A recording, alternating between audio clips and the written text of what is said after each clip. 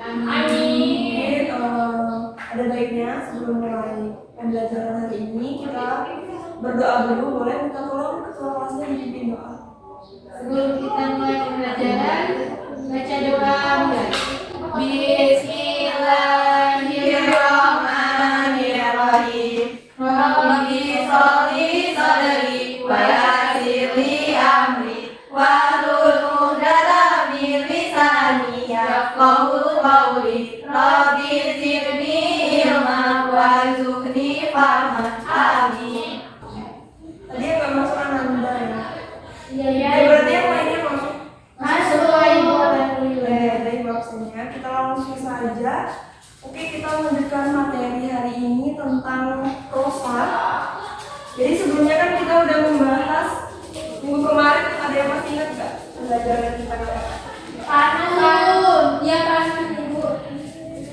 Masih ingat. Jadi hari ini kita lanjutin materi tentang prosa.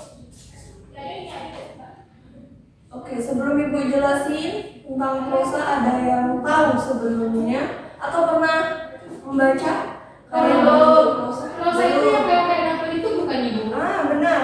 Jadi novel itu salah satu karya prosa.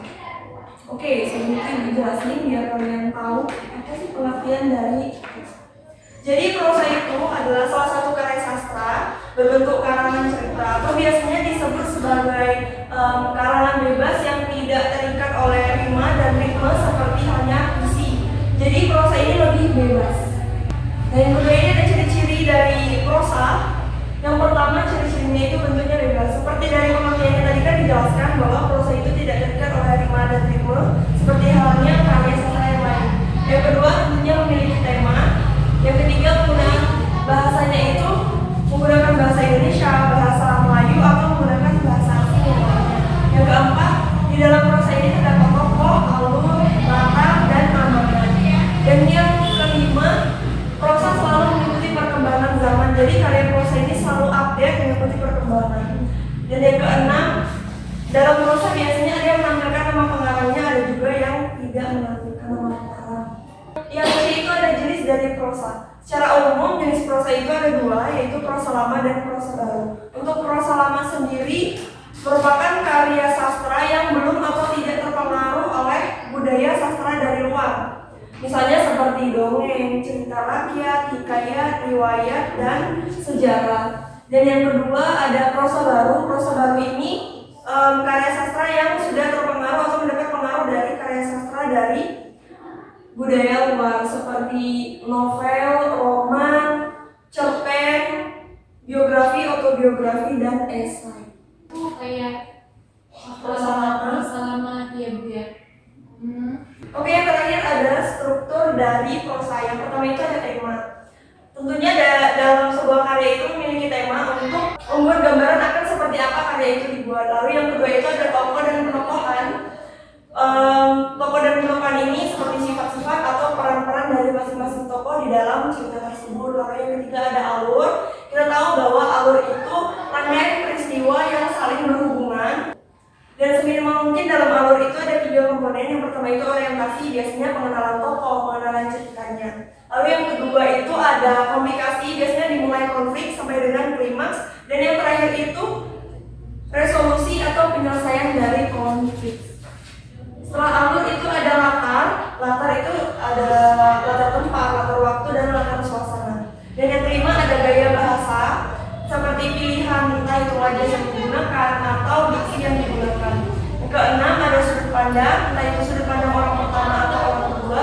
Dan yang terakhir ada amanat atau pesan apa yang bisa diambil dari cerita tersebut. Oke, sejauh ini bagaimana anak-anak, apakah paham atau masih bingung? Boleh? Boleh jelasin lagi pengertian prosa. Oke, Ibu akan menjelaskan secara sederhana tentang pengertian dari prosa tadi. Jadi prosa ini salah satu bentuk karya sastra yang berbentuk karangan atau cerita, dan biasanya juga disebut sebagai karangan bebas yang tidak terikat oleh rima dan ritme seperti halnya karya sastra yang lain, misalnya seperti puisi. Jadi prosa ini, misalnya kalian menemukan karya sastra cerita seperti cerpen, novel, riwayat, biografi, nah itu termasuk dalam prosa. Ibu yang alur ini kan ada beberapa Bu? Bisa diulangi lagi nggak, Bu? Oke, di alur tadi kan saya menjelaskan bahwa di alur itu seminimal mungkin ada 3 komponen. Yang pertama itu ada orientasi. Jadi di orientasi ini bagian pertama dari cerita itu biasanya berisi tentang pengenalan tokoh, pengenalan ceritanya itu seperti apa. Lalu yang kedua itu baru ada konflik. Nah, setelah pengenalan tokoh itu berlanjut ke konflik. Permasalahan apa sih yang ingin diceritakan dalam cerita tersebut? Dan biasanya itu memuncak sampai dengan klimaks dari masalah itu. Dan yang terakhir itu ada resolusi atau penyelesaian dari permasalahan itu. Oh, berarti Ibu kalau alur itu ada 3 komponen. Kalau cuma 2 komponennya nggak bisa, harus memang 3. Mungkin tidak bisa dikatakan sebagai bentuk karya sastra yang baik dan benar, karena kan ada awalan konflik pasti ada penyelesaian. Kalau berhenti hanya sampai di konflik ceritanya gantung. Nah, tadi kan Ibu menjelaskan ciri-ciri dari prosa itu.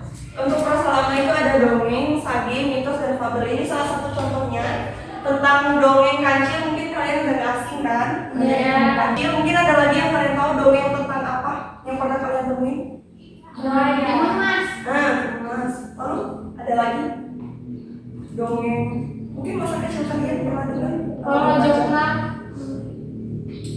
Bisa termasuk juga. Jadi cerita-cerita yang kalian pernah baca itu termasuk dalam karya prosa.